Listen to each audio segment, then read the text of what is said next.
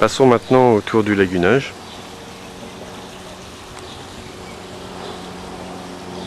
Passage obligatoire vers le pré-filtre. Si l'on compare par rapport à la première vidéo, donc voici le filtre aujourd'hui.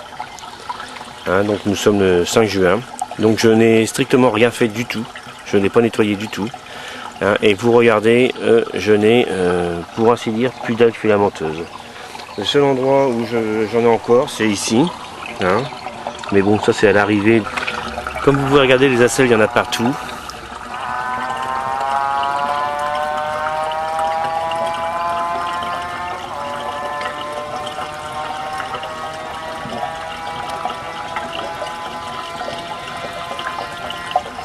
Je peux même vous sortir une brosse, bon, si on prend la brosse du milieu.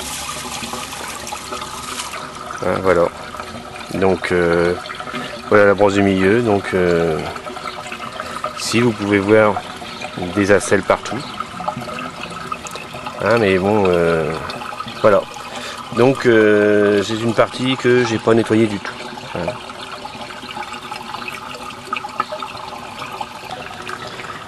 Malgré que j'ai eu quand même cette année pas mal de problèmes d'algues filamenteuses, je trouve quand même que c'est pas mal, quoi. Je suis quand même assez content du résultat. Donc ça veut dire que cette année je ne le nettoierai pas encore. Donc passons au reste des plantes. Donc là, Sorurus cernus, ils atteignent maintenant à peu près dans les 80 cm, presque 1 mètre. Alenopsis, qui sont en train de faire leurs boutons. Les échitons là qui deviennent immenses après une fois qu'ils ont fleuri. La fougère aquatique. Maintenant, bientôt, ce qui va fleurir aussi, c'est le lytrum, qui me cache un peu l'Acorus variegata, qui pousse quand même dans le lagunage, mais comme je vous ai expliqué, il y a du mal à pousser. Derrière, l'Acorus calamus, qui n'a pas encore fait sa fleur. Devant les iris pseudocorus, vous avez, qui va pas tarder à fleurir, c'est un iris versicolore variegata. Donc normalement il fleurit violet, donc là il devrait pas tarder, il y en a, commence à avoir des bourgeons.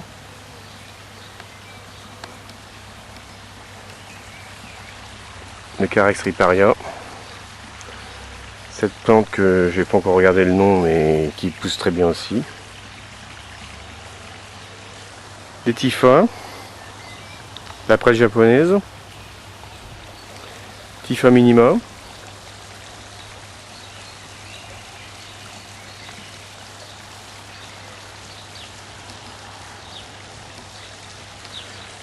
Filipendula qui lui, vous voyez, ça monte quand même assez haut, ça va pas tarder à faire 1,50 m, 2 mètres, qui fleurit blanc et qui est en train de faire ses herbes florales, donc ça, dans pas longtemps, ça devrait sentir, on devrait être inondé d'odeur de vanille.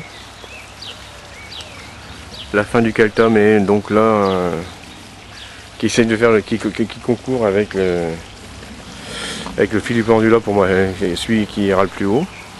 Le Joncus effusus, qui est bien concis aussi. Mon Aponogeton, qui lui, malgré qu'il paraît que arrivé en période chaude ne fleurit plus, moi il fleurit toute l'année. Donc à ce niveau-là, j'ai pas de soucis. Ici, nous avons des Joncus enzipholius. C'est la plante que je vous ai parlé la fois dernière, que j'avais rappelé plus du nom. Ah, là, c'est une grenouille.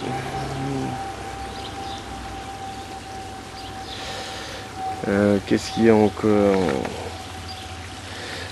Ici, nous avons aussi des iris versicolores qui devraient pas, ou je sais plus si c'est pas des Anzata, ou je sais plus. Ça, il va falloir attendre qu'ils soient en fleurs pour pouvoir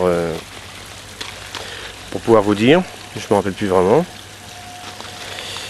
Ici, nous avons un Hibiscus palustri. Donc l'hibiscus palustre qui pousse bien. Celui-là, ça a un peu de mal à pousser quand même cette année. C'est de l'Achillea. Ça fait une petite fleur blanche, un petit pompon blanc. La menthe. Bon, la menthe, c'est bon. Hein, bon, on a un peu de mal cette année, mais bon, il va falloir que je voie pour refaire des pieds corrects parce que comme je l'ai mis dans un pot pour éviter qu'elle prenne trop d'ampleur, j'ai l'impression qu'elle est un peu bridée, donc je sais pas, il va falloir que je voie ce que je vais pouvoir faire. Après là vous avez la Potentie des Marais, c'est la première année que j'ai autant de fleurs. Hein, donc c'est assez impressionnant, que d'habitude j'ai 2-3 fleurs, tandis que là, là j'ai une multitude de fleurs.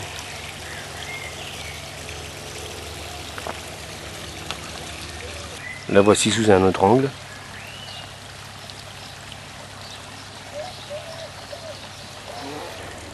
Le Ligularia dentata, hein, qui résiste tant bien que mal aux bestioles qui le bouffent. Donc je pense que ça doit être des... Vu les traces sur les feuilles, ça doit être des limaces. Hein. Normalement ça fleurit jaune, ça fait une fleur comme une grosse marguerite.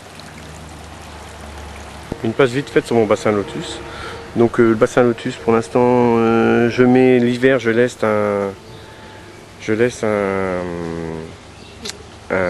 aponogéton dedans, hein, pour que ça fasse un peu de fleurs.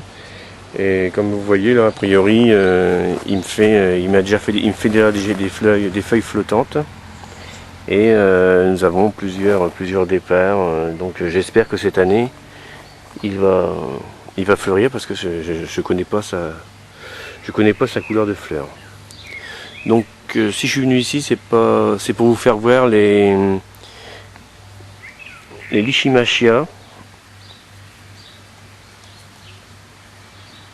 Donc là c'est les Lichimachia numillaria aurea. Donc la particularité de ceux-là, c'est qu'ils ont des feuilles jaunes, hein, comme là on le voit bien, là c'est très jaune, et ils ont aussi des fleurs jaunes. Donc là on voit très bien les fleurs. Donc si je vous fais voir ça, c'est parce qu'après je vais vous faire voir dans le lagunage.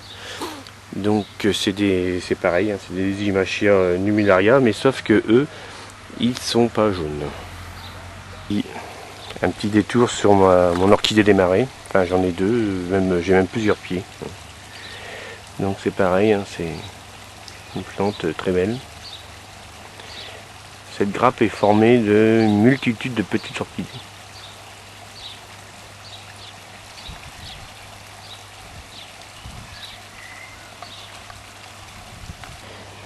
Les Lichimachia numillaria, mais tout simple, ils ne sont pas aurea ceux-là.